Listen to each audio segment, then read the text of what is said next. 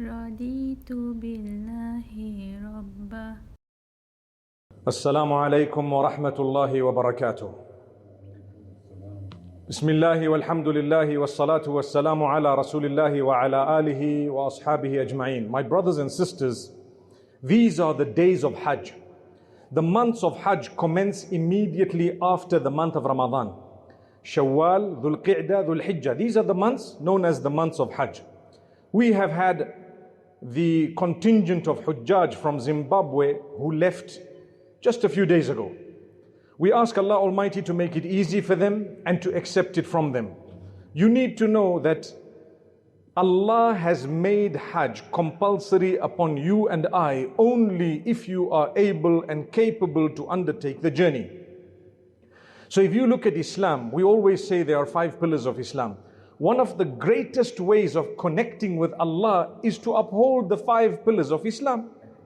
And one of the pillars, the last pillar, is known as Hajj. Why is it the last pillar? It is for 2 reasons. One is that it's only once a lifetime. You don't have to do it more than once.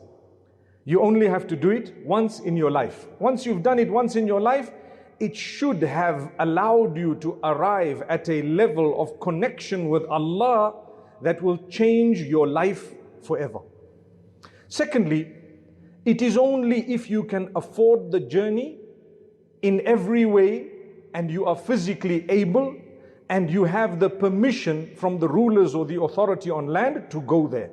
So that means istita'a. Allah says, وَلِلَّهِ عَلَى النَّاسِ حِجُّ الْبَيْتِ مَنِ اسْتَطَاعَ إِلَيْهِ سَبِيلًا.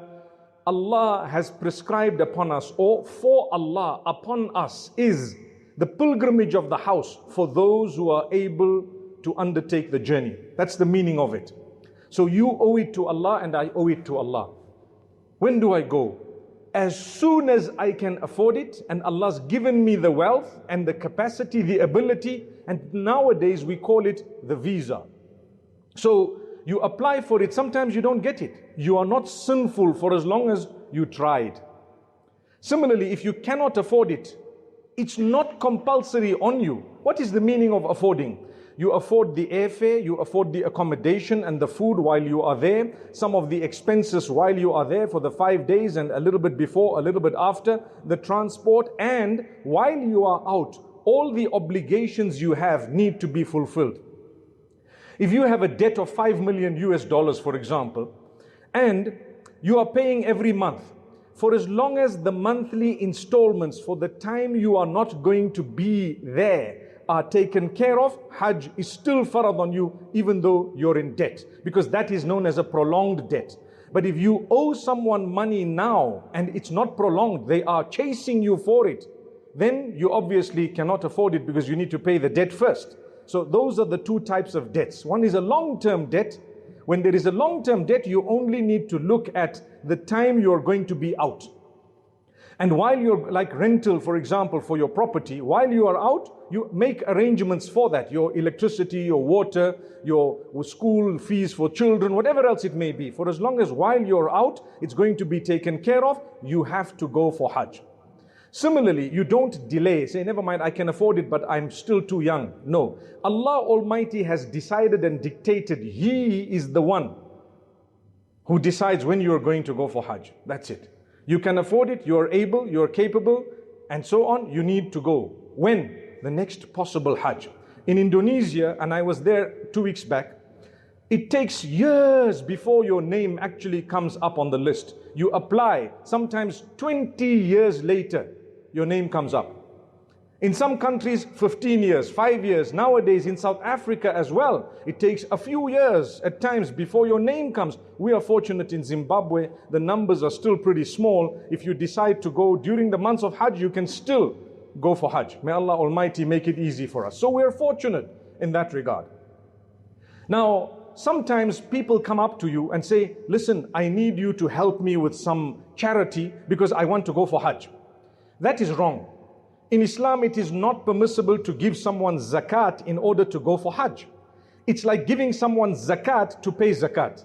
The guy says, listen, I don't have to pay zakat, but I want to pay zakat, so give me some zakat so that I can pay the zakat. It doesn't make sense. The same applies. If you want to go for Hajj, Hajj you go with your own money, or someone can send you, no problem. Someone can sponsor the trip, no problem, for as long as it's not from zakat.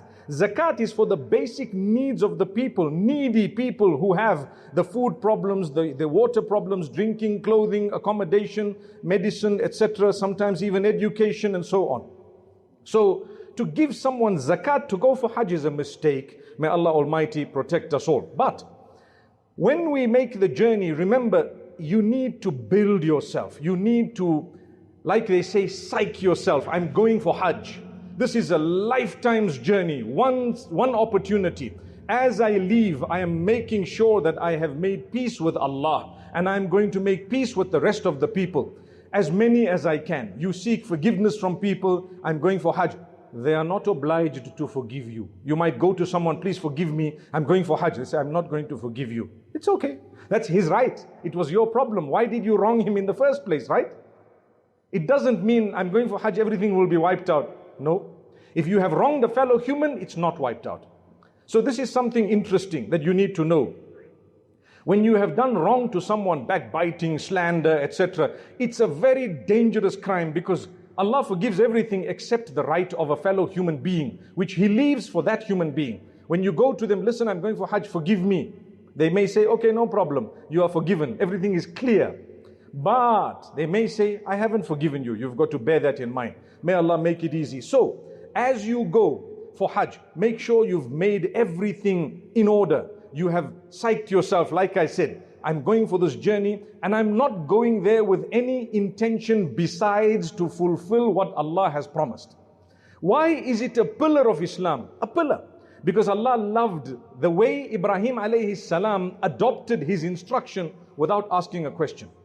Allah invites you to pray 5 times a day. Hayya ala salah. Come to prayer. Who is saying that?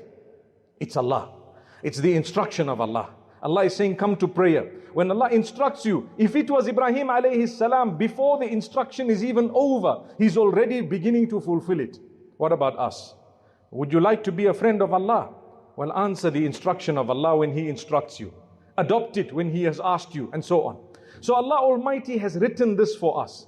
He says, you will go because I love Ibrahim alayhi salam so much. Go to the house he built. You will do things you might not understand, but I know this is an act of worship. I want, do it for me and me alone. We go, labbaik Allahumma labbaik. I'm at your service, O Allah. I'm at your service. Labbaik la sharika laka labbaik. I'm at your service, O Allah. There is none in association of partnership with you, O Allah. Innal hamda wa ni'mata laka wal mulk. Indeed, all praise belongs to you, all kingdom and all boons and gifts belong to you. An entire kingdom belongs to you. You own everything. La sharika lak. You have no partners, O Allah. You are alone. I'm here for who? For you. Do you understand the instruction? You ask someone, why do you go round the Kaaba 7 times? They will tell you, we don't know, it's just the instruction of Allah. That's the correct answer. It's the instruction of Allah. I'm doing it for Allah. I don't worship the box, I respect the box. In the sense that I respect the fact that it is the house of Allah, but I don't render worship for it.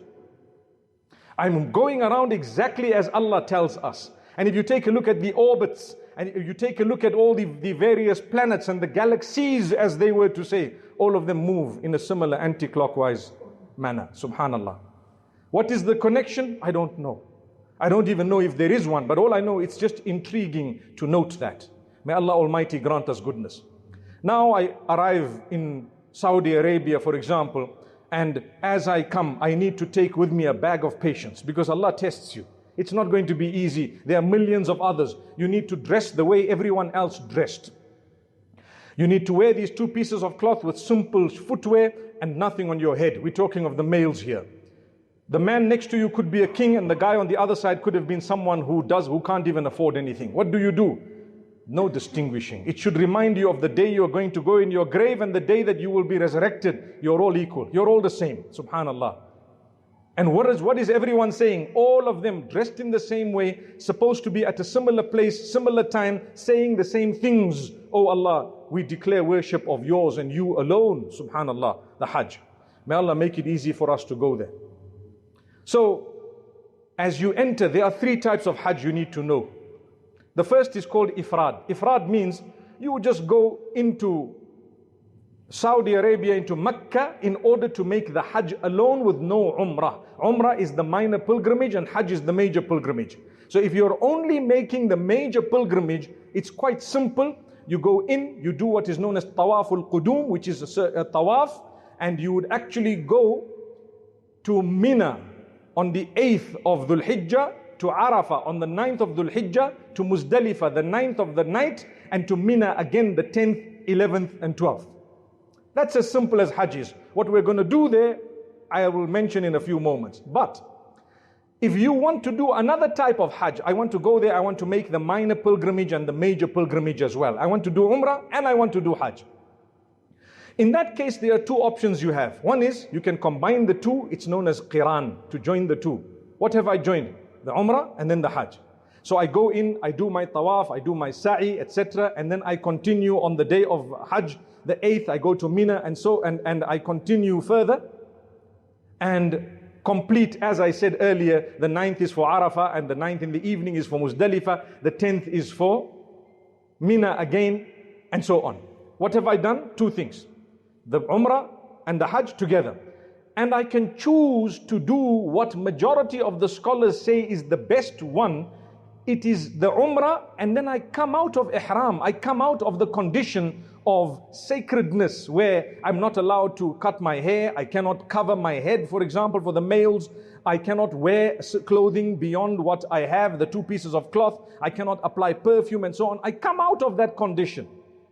And I wait for the days of Hajj. So for example, the people from this part of the world who already went there now, there is still a while before Hajj. What will they do? They will do the minor pilgrimage now as soon as they arrive in in Mecca, and they will come out of Ihram and they will wait for the 8th of Dhul Hijjah. On the 8th of Dhul Hijjah, they will wear their Ihram from Mecca and they will now engage in the Hajj alone. So they did the Umrah, they came out of Ihram, and now they will do the Hajj in one journey.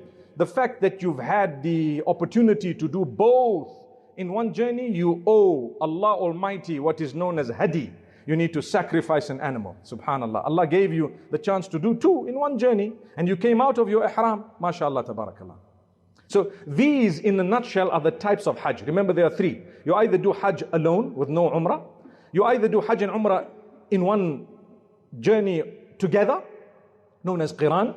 Or you either do Hajj and Umrah and come out of Ihram and then do the Hajj, which is known as Tamattu'. Tamattu' means you have enjoyed the time between the Umrah and the Hajj in your plain clothes without the condition of Ihram in Mecca. Then what would happen? When it comes to the 8th of Dhul Hijjah, all the Hujjaj will don the 2 pieces of cloth once again, besides those who are doing Qiran and Ifrad, because they would already be in Ihram. In fact, if you're doing Ifrad, you can actually go straight to Mina. You would not be sinful to go straight to Mina. But if you have done Tamattu on the 8th, you put on your Ihram in Mecca and you go to Mina. Why do I go to Mina? Well, Allah Almighty instructs you. That's the true answer. Allah has asked you to go there. He knows what He wants from you. You reflect over your life. You engage in the praise of Allah. You worship Allah. You do the remembrance of Allah in terms of tilawatul Quran, recitation of the Quran and the dhikr and so on. But more importantly, your condition. Think about who you are, what you've been doing all along. What is it that you want to change in your life? You're a Muslim. You're supposed to replug with Allah, reconnect with Allah. What is it that you have in mind in order to change your entire life? You spend that day and that night in Mina. Following morning, you end up going to Arafah, which is the most important day of Hajj. The Prophet ﷺ says, Al-Hajju Arafah. The Hajj itself is actually the Arafah. If you have not been to Arafah, there is no Hajj for you. No matter how ill or sick you are, you need to go to Arafah. If you haven't been there, no Hajj. Your Hajj is not done. So the following day, get up in the morning, fulfill your Salatul Fajr, and then you proceed to Arafah. When you get to Arafah, you spend the day again in the remembrance of Allah, in ibadah, crying to Allah, making your dua, your supplications, realizing how insignificant you are. Oh man, today on earth I can smell you that you're a rich man, because I can smell either the oud or one of the names, boss or whatever else it may be. I can smell it. I know, hey, this guy's got some money because I can smell the oud. I remember when I lived in Saudi Arabia some time back, the beggars used to follow certain people. You wonder why. But there was a scent. If this man can afford this scent, he must be having at least 1 riyal to give us. So when it comes to Hajj, notice you're not allowed to put perfume because it will distinguish you. You can't. Because if it were, people would have said, hey, smell this, I can stand ahead of you, you know. It can't be. You have to be the same. If you want to use an antiperspirant because you think your sweat might give off an odor, you may use something that is not scented, and it's healthy to do so.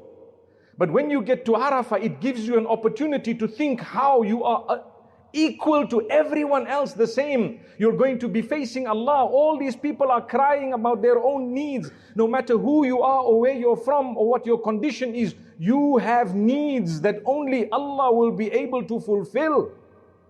So Allah wants you to do that. And subhanAllah, once the day of Arafah reaches the afternoon, it becomes the climax of the Hajj. Qiyam, wuquf. It's actually called wuquf bi Arafah. You are now crying to Allah. You are now really begging for forgiveness, asking Allah to change your life. And once the sun sets, before you read Maghrib and Isha, you leave Arafah all together in droves. And where do you go? To Muzdalifah. In Arafah, there are just a few tents, makeshift. In Muzdalifah, there is almost nothing. You're lucky if you have a small little place. Otherwise, you sleep, the canopy is in the sky. You go to rest in in Muzdalifah, you sleep in the evening, and you get up early, you collect some pebbles, you fulfill your Salat al-Subh, and you proceed to where? You proceed to Mina in order to pelt shaitan. What is the significance of this pelting? The significance is that at the time of Ibrahim alayhi salam, when Allah instructed him to do something which was to sacrifice his son, shaitan came to him on 3 occasions and he pelted shaitan. So Allah wants you to pelt, because when Allah instructs you in your life to do something, the same shaitan comes to you to tell you don't do it. So you need to pelt him in order to ensure that from within I am fighting the devil. That's what it is.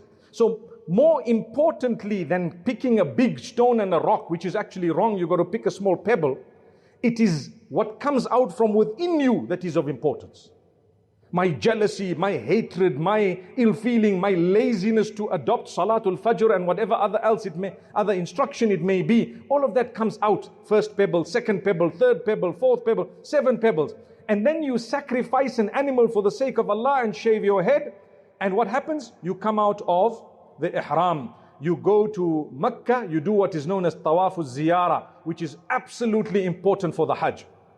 Like I said, if you ask me why, I have no answer. It's the instruction of Allah. You're a Muslim, submit to Allah. Allah told you to do it, do it. You will reap the wider benefits from it at some point, and inshallah almost immediately. Thereafter you go back to Mina for the next 2 nights and you pelt all 3 shayateen. You come back, you can do your Tawaf al-Wida and you're ready to go home. That is Hajj in a nutshell. That is Hajj in a nutshell, mashallah. All of this, there are millions of people, the planning of it, the execution of it, the encouragement of it, the facilitation of it. Everyone gets a full reward of the Hajj of the people who are there. The only difference is in that case, the Hajj is fulfilled. And in this case, it's only a reward of the Hajj. You still need to fulfill yours. That's the difference. So may Allah make it easy for us. My brothers and sisters, I want to say one last point. The idea of the Hajj is for us to change our lives and reconnect with Allah. Whenever you go for something major like Hajj, ask yourself, how has my life changed? Did I stop the lies, the falsehood, the swearing, the bad mouthing, the cheating, the deceiving, whatever else it may be? If I have, good news, it's an accepted Hajj. If I haven't, why did you waste your time? Okay, the farad might be fulfilled, but you did not achieve a broader benefit from it, so seek the forgiveness of Allah. And Allah will open your doors. وَلِلَّهِ عَلَى النَّاسِ حِجُّ الْبَيْتِ مَنِ اسْتَطَاعَ إِلَيْهِ سَبِيلًا. That verse declaring the compulsion of Hajj is not a small verse. And Allah Almighty wants us to leave our bad habits in that same place where we pelted the devil. Imagine you're going to be throwing at least 42 to 49 stones and pebbles. And if you're going to remove 49 bad habits of yours, I'm sure that's enough, right? You can't even write 49 bad habits. If I told you today, write down 49 of your bad habits, you might write 7, 10 and you'll get tired. But you need to work on it. You need to become a better person. And that's the idea. Do you know in West Africa and in other countries of the world, when a person comes from Hajj, their title changes forever. What are they known as? Al-Hajj. Al-Hajj. Why? To continuously remind you, hey, you made Hajj. You're not supposed to do this. You made Hajj. You're not supposed to do that. You made Hajj. You made Hajj. You're on another level. Al-Hajj. Al-Hajj. They call each other Al-Hajj. Why? Because you did Hajj. It was in our cultures as well, up to not so long ago. Hajj is so, Hajj is so. We have now removed it. We call each other by the first name. In fact, we chop it. Mo, how's it, man? That's how we talk to each other. Sorry, his name is Muhammad, by the way. But to be honest with you, that's how we talk to each other. You know what? To remember that you made Hajj is something very important. May Allah Almighty bless all of us, grant us ease and goodness. And like I say, may He take us for Hajj. May He make it easy for us to go. At the moment, we have it easy going in our country. You want to go for Hajj? You can go for the next one. In other countries, they don't have it that easy, and who knows how long it's going to last. Wallahi, I tell you, it's so difficult. People are crying 5, 10, 15 years later. My name has not yet come up. Allahu Akbar. May Allah make it easy for us all. أقول قولي هذا وصلى الله وسلم على رضيت بالله ربا